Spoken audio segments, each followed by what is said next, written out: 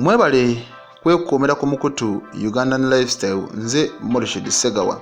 Abaana ab'obuwala n'ab'obulenzi bava muna mu ggwanga erya Uganda okwolekera amawanga ga Buwarabu okwenoonyeza ekigulira Magala eddiba.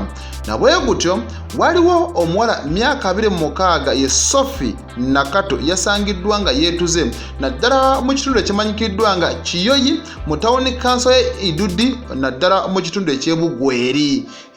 Ono bamusanze yeetuze ne beebuuza ate guki ogubadde. Wabula abasobodde okubeera nga mwattu babaako bye boogera bategeezezza nti no ono yagenda okuva mu mawanga ga Buwarabu nga muganda wange obwongo bulabika bwatagalamukko, bulabika bwali busiimuuseemukko, kati gwe kukomawo bagende maaso n'okubeera nga bagezaako okumujjanjaba.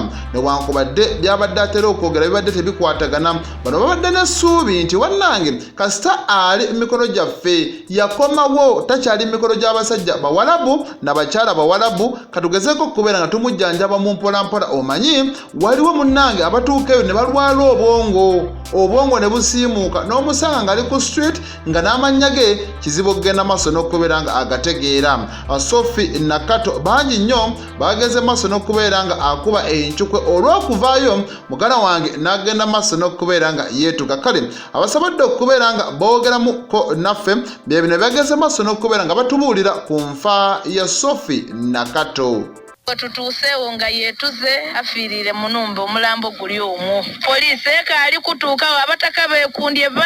Kati ye ssentebe w'ekitundu ekyo amanyikiddwa nga Gwabike Yasin naye alina byageze maaso n'okubeera ng'ayogera. Ono n'alaga okwennyamira okw'ekika ekya waggulu n'encukwe gye bageze maaso n'okubeera nga bagwamu naddala ku kyalo kye. Omwana ku bwongo okwo kubaire kuliko ekibulaku naye nga tino ekinene ino. Omwana oyo yabanga afunye ekikangaba ekyokwetaamu omuguwa okutuuka waka nti ng'omwana oyo yeetairemu omuguwa era okumutuuka okumulingako ng'omwana omuntu akaali kuvaaku ki akaali kuva bangulu, poliisi ekaali kutuukawo naire tugirindirire bengenda okumuyisa wansi. Ebyo oludda olwo weebito webigenze maaso n'okubeera nga bitambula. Bwe mba ngenzeeko mawulire amalala katutunulire ebyobufuzi. Olunaku olwaleero waliwo post president wa NUP gy'agenze maaso n'okubeera nga ateekayo n'alaga timweteefuteefu okugenda maaso n'okuba nga yeetaba mu presidential debate ejja okubeerawo ku lunaku olw'Essande ku ssaawa 2 ku mukutu ogumanyikiddwa nga NTV.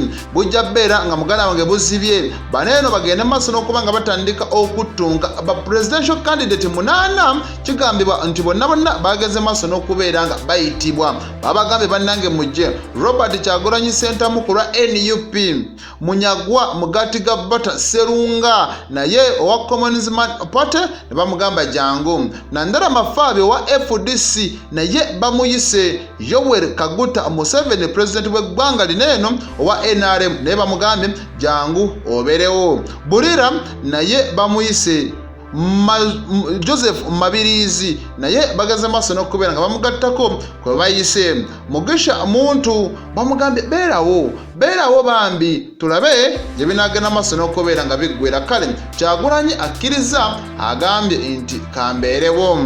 Okwawukanako n'ababaka aba National Unity Platform abalinga abaazira muganda wange debate z'omukutu ogumu ogwa NBS baneeno kiraga nti pulezidenti waabwe ate nateera akkiriza okubeera mu presidential debate naddala muganda wange eya NTV. Era mu mbeera endala ageze maaso n'okubeera nga yeeyanza n'okwebaza Katikkiro w'Obwakabaka bwa Buganda amanyikiddwa ng'Oweekitiibwa Charles Peter Mayiga olw'obubaka bwe yageze maaso n'okubeera nga ateekayo n'avumirira ebikolwa ebyekko ebyasobodde okubeera nga muganda wange byeyorekera naddala mu kampeyini ezabadde mu kitundu ekya Kawempe North ne Kawempe South.